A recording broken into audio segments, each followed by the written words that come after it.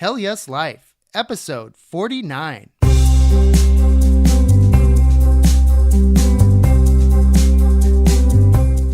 Welcome to the Hell Yes Life podcast, the show that helps you come alive so you can live a Hell Yes life. I'm your host, Norman Bell.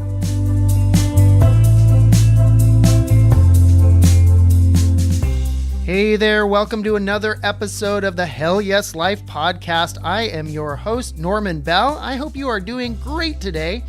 This is the place to hear inspiring stories and actionable tips from our amazing guests that will motivate you to live your Hell Yes Life. The Hell Yes Life podcast releases new episodes every Tuesday, and now with increasing frequency on Thursdays and Fridays. Hell Yes Lifers, if you want to write a review, please visit hellyeslife.com/HYL iTunes.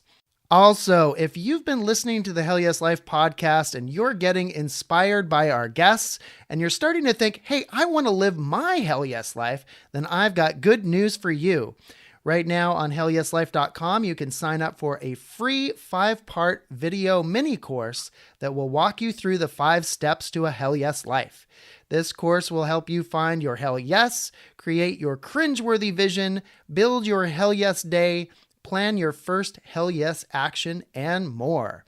If you're ready to jumpstart your Hell Yes life, then head over to hellyeslife.com right now. Okay, let's get into today's episode. Hell Yes Lifers, today my guest is Chris Ballew. I'm so excited. Chris Ballew was the lead singer of the hit 90s band, The Presidents of the United States of America. And he has also gone on to what he says is really his true calling to become the hit children's singer, Caspar Babypants. One of our absolute favorites around the house. I have a 7-year-old daughter, Sophia, and she absolutely loves Caspar, and so do we. So you're going to really enjoy this conversation that I have with Chris, aka Caspar. We talk about his early days busking in Boston, his rise to fame with the Presidents of the United States of America, and his subsequent career as Caspar Babypants. But first, I told Chris that we were doing these other types of episodes called HYL stories, and I asked him if he had a story that came to mind about a turning point moment in his life. Well, he said he did, and his turning point moment has something to do with an encounter with Madonna. So let's dive into that story and my interview with Chris Ballew.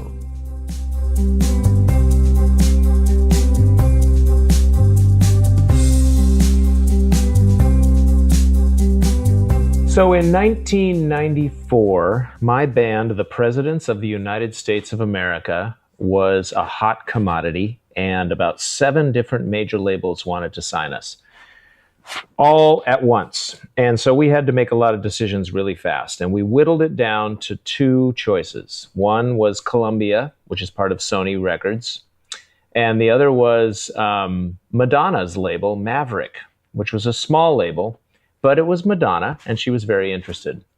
So in order to figure this out, we had a business meeting with Madonna, which was pretty exciting. She had come to see our band the night before at the Dragonfly in Los Angeles, and she had on the typical baseball hat, sunglasses, sort of like the disguise that celebrities wear when they don't want to be recognized, but they absolutely look like celebrities trying not to be recognized. So anyway, she was pretty obvious. The next day we had a meeting, and we were there at the appointed time because as a band, we are incredibly punctual. So we were there, and she wasn't, and we were getting restless and waiting, and we decided to toss around this little Nerf football that we had with us. That was our way of kind of getting a little exercise on the road. We'd stop at a truck stop or whatever and pull out the little football and fly around for a while to get our blood flowing from sitting in the bus or the van. So we were in the parking lot of her LA offices tossing this little football around, and somebody's head poked out of the door and said, "Hey, she's here, come on in." And so everybody went in, but I was sort of feeling a little relaxed and not like rushing. So I was kind of tossing the football up in the air to myself and catching it. And the door had been propped open to the interior of the building. And I kind of thought to myself, I wonder if I could throw the football in an arc and have it land inside the hallway and me run into the hallway and catch it. Like, could I throw it to myself? And I did. I threw a high arc and ran and got in the hallway and landed with a big a big thud in the hallway on the carpeting and caught the football. And then I felt something by my foot.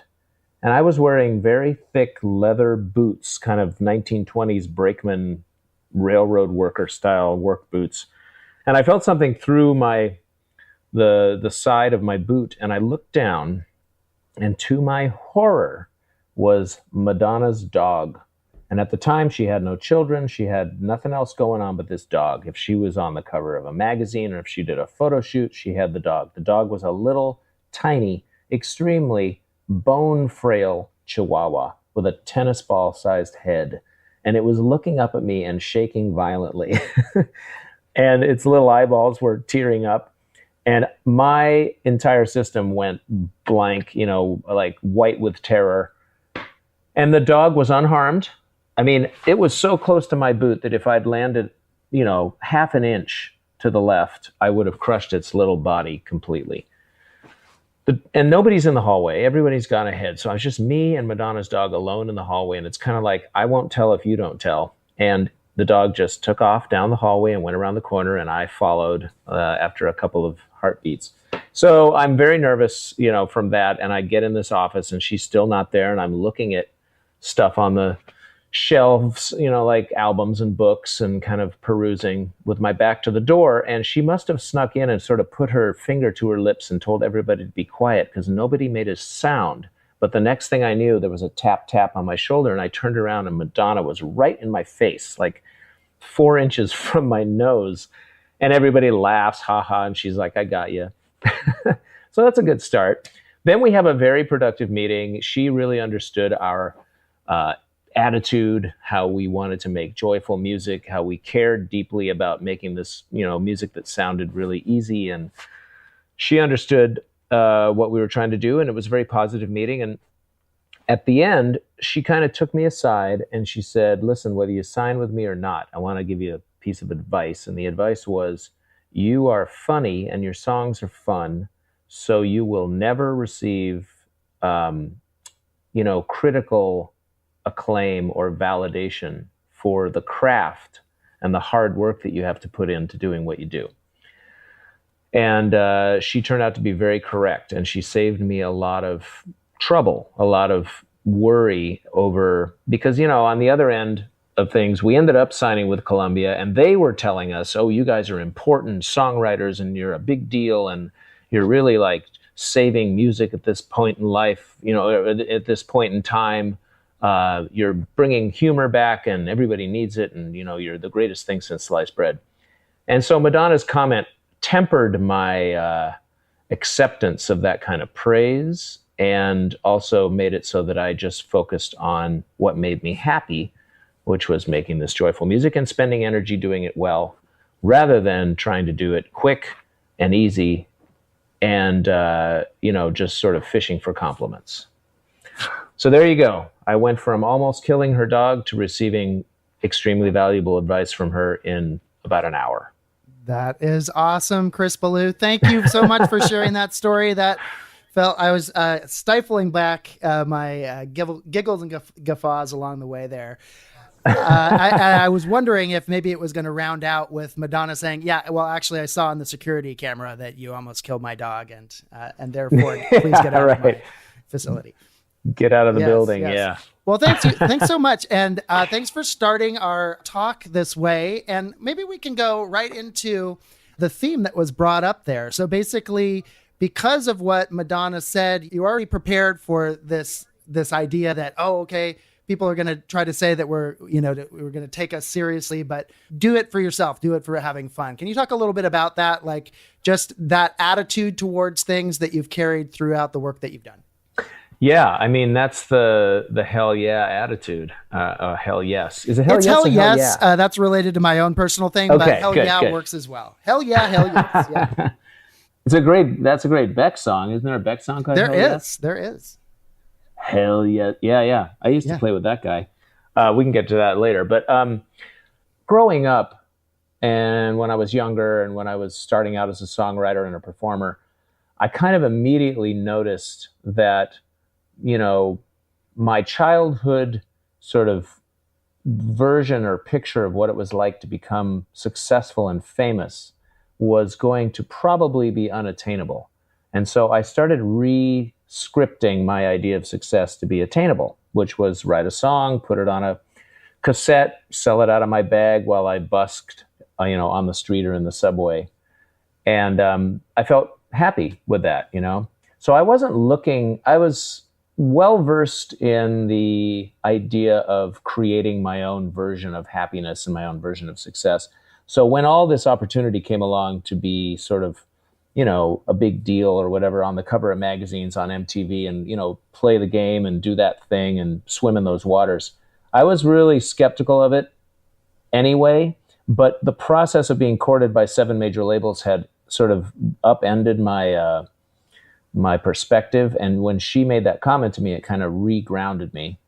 And so I went ahead and did it, but I always felt like, a little suspicious, it's a little bit of shaky ground to plant yourself in, because, fame is fickle. And if you really base your happiness on, achieving the criteria that you need to be a certain level of successful, it's probably going to go away and it's probably going to evaporate and it's going to be a lot of pressure. And so I just kind of navigated the whole thing with an attitude like I'm enjoying it and these are great opportunities and we're playing for a lot of people and we're making people happy and everything. But then there was another layer, which was like, this is not where I am going to, really put down my roots, which is what led me to Caspar Babypants, which is making music for families and kids and doing it myself, running my own label, booking my own shows, making my own records. I even master the records myself.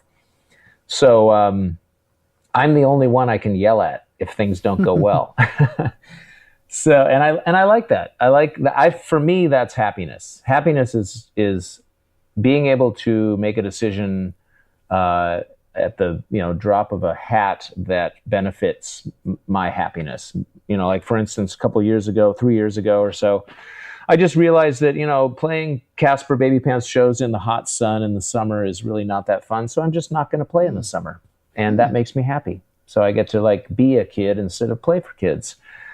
So for 3 months every year, I just stop and I just enjoy life. And if I were in a band, I'd have a pretty hard time convincing people to do that. So Yeah. So anyway, yeah, I don't know. I might have veered away from the actual question, but I hope that sort of illuminates the idea that creating your own definition of success and happiness is a lot more.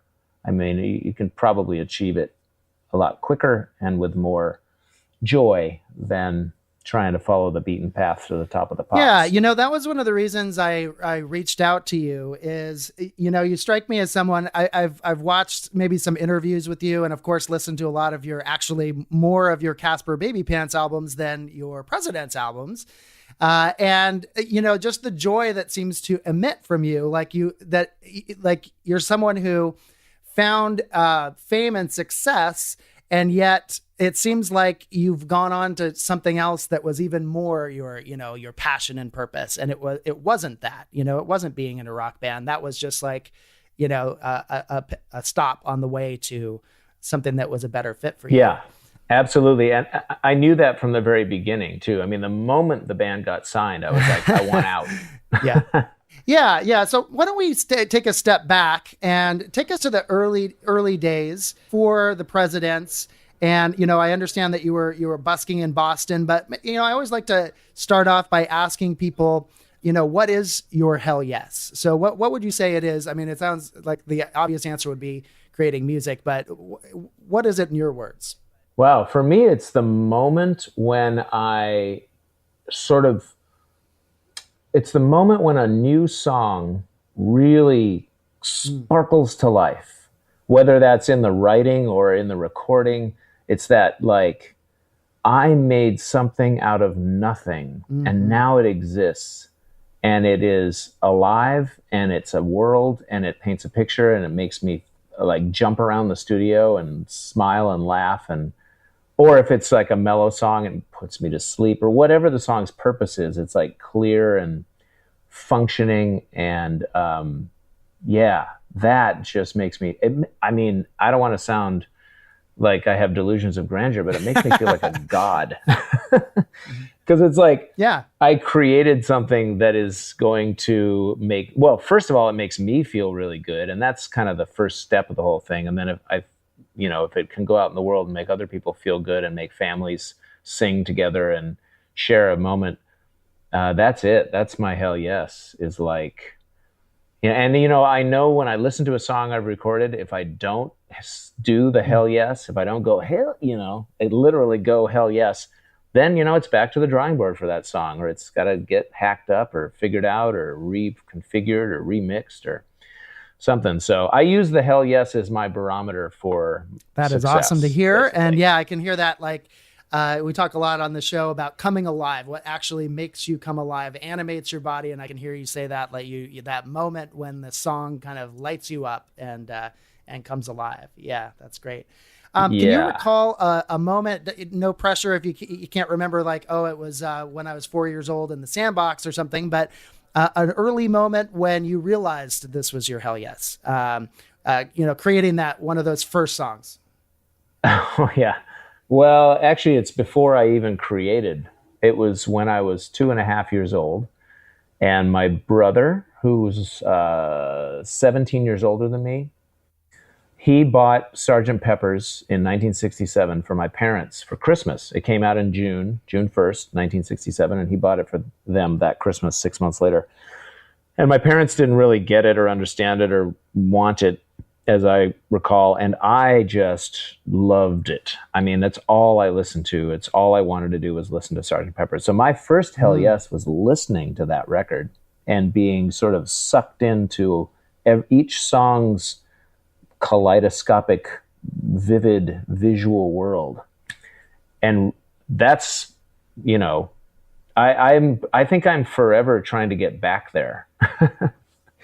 By writing my own songs that transport me to a vivid world, I'm trying to get back to the 2.5-year-old me that said hell yes to the Beatles. And that is so cool. And I happen to know, because I know your repertoire, that you have a couple of baby Beatles albums, and there's a lot of the Sgt. Pepper songs on there. So that must have been fun to do that. Yeah, that's why I did those Caspar Beatles cover albums, because I wanted to kind of, really swim in those waters again and understand the songs from like dissecting a frog. I wanted to kind of like tear them down to their bones and kind of understand them and then make them my own. And that was a fun and hard project. That was a lot of work. But I loved it. It was great. Awesome. So tell us about those early busking days in Boston back before, any of the fame or even the inception of the Presidents.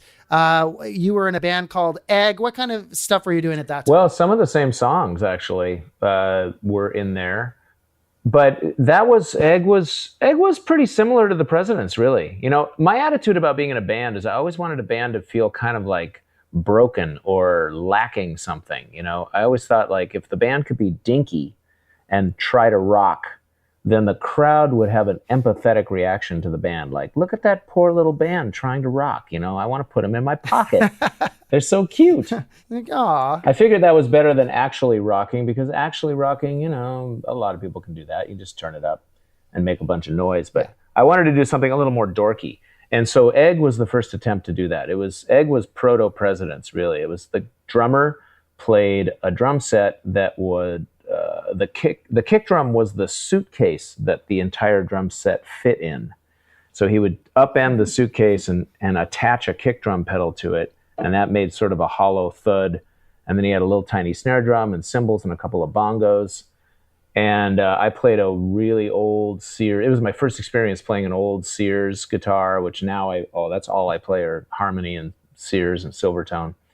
I got it at a thrift store in upstate New York for like $25, and now I see the same guitar and amp combo in music stores for like $1,000. But I scored it for $25 in upstate New York.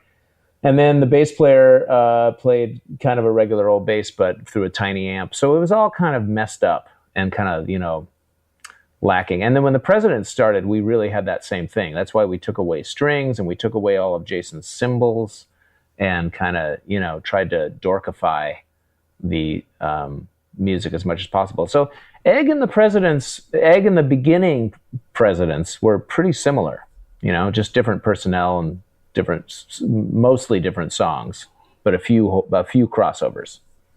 Mm-hmm. And somewhere in the middle, you were playing with Beck. Is that right?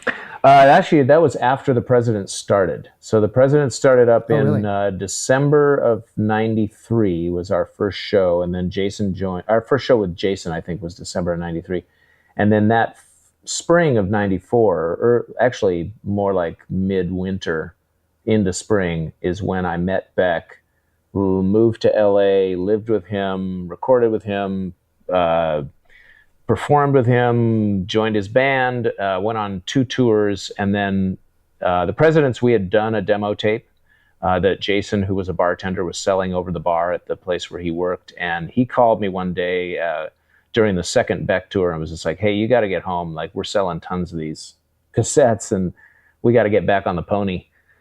So I quit playing with Beck and went back and did the Presidents. And then, and then eventually the Presidents and Beck would share bills on a couple of radio shows in the future, and so that was kind of satisfying and fun.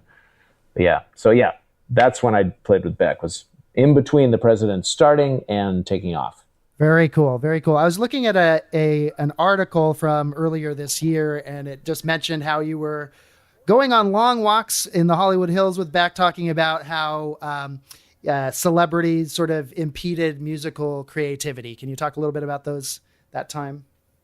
Yeah, I think the main topic of conversation was sort of marveling. He was, as I remember it, marveling at the sort of blandness of popular music and how people weren't really taking a lot of risks. He felt like if you got that platform, you should take risks and, push the medium and be more surreal and daring. And I agreed for sure, but I think he was kind of trying to focus the challenge. Like, he felt pretty challenged, I think, by the transition. And so we talked about the challenges of the transition. Like, he stopped smoking pot. He stopped drinking. Typical image of Beck on that first van tour was him in the back of the van with Howard Zinn's The People's History of the United States of America, just like reading the entire thing, absorbing history and culture and kind of getting his head out of the sand and sort of gearing up to take advantage of the opportunity and taking it seriously, so that's kind of what we talked about a lot, was that idea. And, it was nice for me because my band had already started, but we weren't successful. So I got to kind of stand next to the eye of the storm as far as the Fame transition goes and watch him go through it. And then I got to be in my own. So I always say that playing with Beck was like Fame school or success school, Yeah, I can't believe I got that opportunity to do that, but it really helped. Between the experience with Beck and the advice from Madonna, I survived. Yeah, and it wasn't long after that you were in the center of the storm yourself. Yeah, exactly. Yeah, it was cool, and I got to kind of draw upon that previous experience with Beck to kind of keep myself centered. Yeah, so take us to the center of the storm just briefly. What was that like? I mean, I've read that you were, or as you've just said as well, like you were always a little bit skeptical of it. Fame can go to a lot of people's heads. It sounds like you kept yours during that time. But just kind of take us there. Like your first album is taking off. Your singles are going up the charts. What was that like? This is Chris Ballew calling from the center of the storm. It's intense in here. There's a lot of pressure from the major label. I gotta get some rest. It was kind of like that. Yeah, Perf- it was super disorienting and very stressful. Like the entire my entire life was about hanging out with my friends, playing frisbee. Every day was random and weird, and we would end up maybe barbecuing in the end of the night, or watching a movie, or riding our bikes around the neighborhood. And it was just we were like big kids, just really enjoying ourselves. And all that joy got put in the songs and the music, and the joy of finally living back in Seattle after living on the East Coast for many years. And then the success from that bottling of the joy ended up taking us away from the source of the joy. Mm-hmm. So it was real weird. It was like, here's something that I sort of put a lot of energy into telling myself I didn't need and didn't want, rewriting that idea of success. But really, in the back of my mind, I was like, if we got the opportunity, if I ever got the opportunity, I would absolutely take it. So I take it, and then it's really upended my life and, disconnected me from my friends and my family, and put me in lonely, kind of isolated environments of hotel rooms and backstages. Meanwhile, very public environment of being like sort of in the spotlight and in front of a lot of people. So there's all these like contradictions, and like the thing I thought I secretly wanted is actually something I really don't want.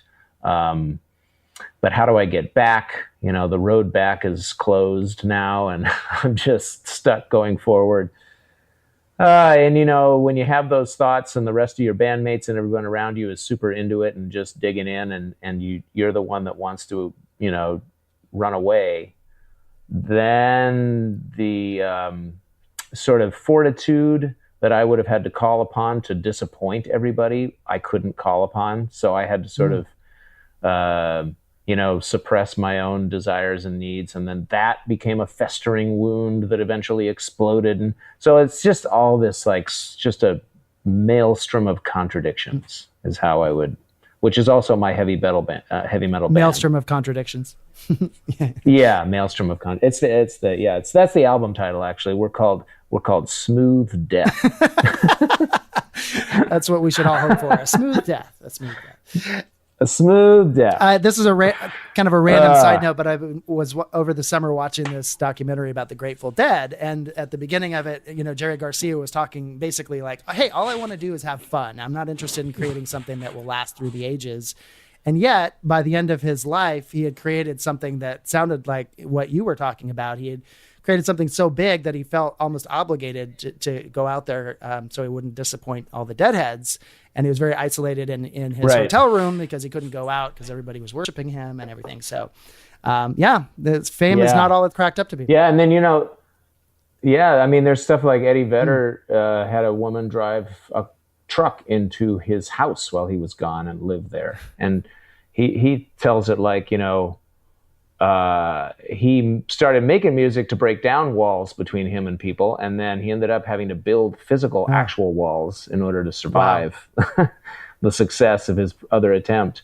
And it's kind of like the Beatles too. The Beatles were this incredibly funny, fun band, real weird, kind of arty, didn't fit in with the sort of blue collar working class rock and roll scene. They were more art school, bizarre, and having fun, and then their success really cut them off and like really isolated them. That movie, 8 Days a Week, really sheds light on how scary and dangerous and crazy their first touring experiences were. And it's terrifying. I mean, it's really, like, the world was not ready for that. So anyway, having even just the slightest sort of, faded version of what they experienced, I can attest to how sad it can be. Now, nobody wants to hear somebody who's been famous say that it's a sad experience, but it is. And, nobody talks about that. And everybody, we were so fame obsessed in this culture, but on the other side of the curtain, it's kind of a sad place. I'll never forget seeing Rodney Dangerfield when he was about to go on. I was backstage with Rodney Dangerfield. He was going to go on Leno. and he was a absolute, like, just stone-faced, bummed out dude. And then the curtain parted and the light went on him, and he went out and he just turned on like a puppet, like a robot, and did his thing. And it was great. It was super funny and everything. And then when he came back, I was watching him on the monitor from backstage, and then he comes back and he just goes back to fallen face. And anyway, I find the truth about fame way more interesting than the myth. Yes. I think it's something that people need to hear, because I think, you know, we like you said, we're fame obsessed in this country, and people see that as, oh, that's my hell yes, is when I get to that level of fame and notoriety. Right. But okay, so I want to be mindful of your time, and let's move on to the happier part of this, when the presidents started to become less popular, paradoxically. So you could talk to us briefly about that, sort of after that peak period, what happens, and then into your present incarnation. Yeah. Well, the entire time I was with the presidents, I had this very clear voice in my brain saying, congratulations on your success, but you are not finished looking for your actual voice. So keep looking. So the entire time we were touring around the world, on the side, I was experimenting. I was building up a home studio and trying things and working like a dog to figure out what this thing was. Really, I couldn't figure it out. And in 1997, my dissatisfaction brimmed over, and I quit the band really abruptly. We broke up for 5 years, but during that 5 years, we formed a band with Sir Mix-a-Lot and recorded a record, and we made our own President's record that was just a recording project. We never toured on it. And during that time also, during those 5 years we were broken up, I was searching for this other voice and trying all kinds of different things. And none of it was working really. So, but the nice thing was that when we finally did figure out that we wanted to play together again, I reapproached it and really understood the value of what we'd created, that I'd kind of been sort of distracted by my own sort of restless dissatisfaction and didn't really see the value of our contribution. And then when we got back together in 2002, the end of 2002, for New Year's Eve, the rehearsals leading up to that really were interesting, because I felt like I was in a President's cover band. I felt like I was in a really good President's cover band.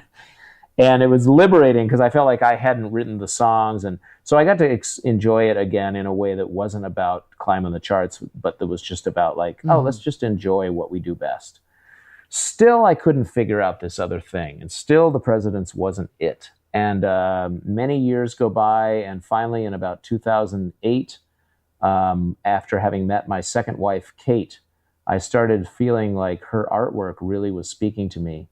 And it's very bright, sunny, funny, animal-based collage artwork that's very innocent but well-made and simple and intriguing, and just great personalities of the characters. So I started writing songs that sort of sounded like her artwork. And then the gigantic cartoon light bulb went off over my head.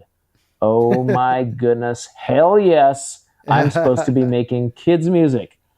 And it was such an incredibly satisfying hell yes moment, because I could, the Presidents worked because we had this friction between innocent themes and innuendo, like Peaches, Kitty, all that, is that sexual or is it just the kid's song or whatever, or innocent? But I was never really comfortable with that chemistry. I didn't really know how to call upon that chemistry. That chemistry was part of a time of my life, but then it was gone. And I was, the pressure to repeat it was part of what drove me away from the band. But without the innuendo and with just the innocent core, the volcano of songs erupted, and I am, what is it now? That was 2009. I put out my first. It's 2017. So that's 8 years later. I've got 13 records out and no end in sight. Just absolute like gushing volcano, and going back over old songs that I wrote that never made it out to the light of day, and realizing, oh, that was trying to be a Caspar Babypants song. Like I was trying to be this guy the entire time. So that's what kind of led me to now. And then about 2 years ago, I officially quit the Presidents again. We disbanded, but we did it real quietly and very unemotionally, and just kind of like, I figured out the mechanisms of why I couldn't get before, and the combination of figuring things out and then also feeling like, well, we've been playing these songs for 23 years on, give or take. And, there's a certain point where, your pants don't fit anymore and you get a new pair of pants. So I just was like, Caspar, I need a new pair of pants and make them baby pants. Yes, indeed. And okay, I've got to ask, where did the name come from? It's such a delightful, wacky name. Yeah, it was my stage name. I was in a band with this guy, Mark Sandman, who was the lead singer and two-string bass guitarist for Morphine from Boston, Massachusetts. Yep, he and I were roommates. He let me live with him, and he turned me on to the two-string thing, and we had a band called Supergroup, and my sort of stage name or whatever persona in that band was Caspar Babypants, because I had changed my name to Caspar to do some noisy, weird experimental music cassettes, and then I started wearing a pair of baby's pants as a winter hat in Boston, and the kids in my neighborhood started calling me Baby Pants. So I put the Caspar and the Baby Pants together, and so back in 1991 or so, 91, 92, when I was in Boston playing with Mark, I was known as Caspar Baby Pants, and you can find pictures of this online. So yeah, when I was doing kids music, I was just kind of scratching my head thinking, well, what am I going to call it? Is it my name? Do I make up a name? And then suddenly another giant light bulb went off, and I said, hell yes, I am already Caspar Baby Pants. Love it. I will be Caspar Baby Okay, Pants. well, I could go on like this for a while, but I want to be mindful of your time. But before we go, I wanted to ask, just imagine our listeners out there, they've just listened to you basically say, fame sucks, or something along those lines, and maybe they're early in their journey. They might be back when you were busking, or even before that. They're haven't quite identified what their hell yes is yet. What would you say to those people, as far as any tips or advice as they're moving forward to try to pursue that thing that really lights them up and makes them come alive? Yeah, well, the number one thing would be know yourself. Figure out what you like and what you don't like. You might be the person who likes that intensity of having to reinvent yourself and recapture audiences and being under pressure, and that might be you. It isn't me. I'm not really saying fame sucks. I'm just saying that it's a bait and switch, and if you understand it and understand yourself and how you relate to it, then you can find your place in it. And it might be not that you're supposed to be a star on a stage. It might be that you're supposed to be a producer in a studio, or, where does your particular chemical brain fit into the sort of puzzle or the maze of this operation of music and making it and performing it, So really it's, get to know yourself and take time to know yourself. I didn't sort of quote unquote hit it big until I was, how old was I? I was 30 years old. So and that's one thing about hanging out with Beck. He was so young but so like aware and focused. That really impressed me. He was I think he was 22 or 23 and I was 28 or 9 when we were hanging out. So anyway, take time to get to know yourself. That's what I would say. Your hell yeah exists not in the future and not in the past, but in the very razor thin moment of self-awareness. Absolutely. And on that note. And on that profound note from Caspar Babypants, let me ask you. Wait. I have one. Yeah. Wait, I have one more profound note. Here's a profound note. Yeah. Ready? Yes. Do it. That was profound. I love that. That made me really. It really was. Yeah. Yeah. Well, I know you have your guitar there. Is there any? And I know we're kind of running out of time, but is there any? Anything you'd like to play just a minute of before we go? I know you have a new album out, Jump for Joy. Anything come to mind that you'd like to play? Sure. Let me try a tiny bit of this song. It's called Free Couch. I think I don't remember. I don't memorize any of my songs and I don't have my lyrics in front of me, but I think I remember the first verse. This song is about a tick that moves from the country to the city. And he's calling his mom and dad on the phone. to say, he's moved into an abandoned couch, a free couch. So he's calling his parents to say, Mommy and Daddy, don't freak out. I'm living in a free couch. And it goes like this.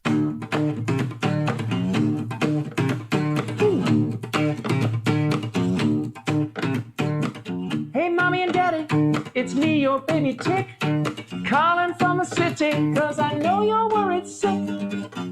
Don't you fret, don't fret about me. I found a place to live, and first of all, it's free. Mommy, don't freak out, I'm living in a free couch. Daddy, don't freak out, I'm living in a free couch. Hanging out with the chicks in the city. Look me up if you want to get down, but please don't freak out, Mommy and Daddy, I'm living in a free couch. Yeah, free couch. The life of a tick is short and boring. I had to mix it up, and I felt like exploring. So I went to the city to make it on my own. Someone left this couch in the street, and now it is my home. Mommy, don't freak out, I'm living in a free couch. Daddy, don't freak out, I'm living in a free couch. Hanging out with the chicks in the city. Look me up if you want to get down, but please don't freak out, Mommy and Daddy, I'm living in a free couch. Yeah, a free couch. And then I'll skip the solo and I'll do the ending. Free, free, free, free couch. Free, free, free, free couch. Free, free, free, free couch. Free, free, free, free couch. Woohoo! Hell yes. Thank you so much, Chris. Yeah, I skipped the third verse in the solo just to, So oh, man, that was awesome. You have such a talent and I thank you for this as a parent, for making music. And I saw that you said that this was your goal, was to make it enjoyable for everybody in the family. So, thank you so much for But the thing I say is I really make parents' music, but there's no genre called parents' music, so I have to call it kids' music. But if there is a genre called parents' music, I'm going to be the first to sign up. God bless you for that. Thank you. So lastly, tell us where on the internet we can find you. Yeah, the best one-stop shop is babypantsmusic.com. And from there you can listen to some songs, you can watch some videos, and go out to YouTube or Facebook or see where I'm playing shows and look at pictures. And also on the website, which is kind of fun, I have all the lyrics with tabs, so you can play the songs with your kids. I have all the origin stories for all the songs, so you can find out like maybe what the public domain song is that I'm altering to make this new thing, or what where the songs came from, that kind of stuff, which are fun to read, I'm told. They're fun to write, but I'm also told they're fun to read. Awesome. Looking forward to doing that myself. Well, Chris, thanks so much for joining us today. I always like to close out our time together by saying hell yes together on the count of 3. Are you ready to do that? I'm ready. Let's do it. 1, 2, 3. Hell yes! So yeah, that was a good one. Thanks a lot, Chris. I really appreciate it. Thank you, Norman. Thanks for taking time to talk. I appreciate your help helping me spread the word about what I do. So that's cool. Thanks for joining me for this episode of the Hell Yes Life podcast. You can subscribe to the podcast on iTunes, Stitcher, or your favorite RSS feed. If you like the show, please leave a rating and review. And if you want to stay connected, visit hellyeslife.com and sign up for the e-newsletter and private Facebook group. Again, I'm Norman Bell. Thanks for joining me. Now let's get out there and live a hell yes life.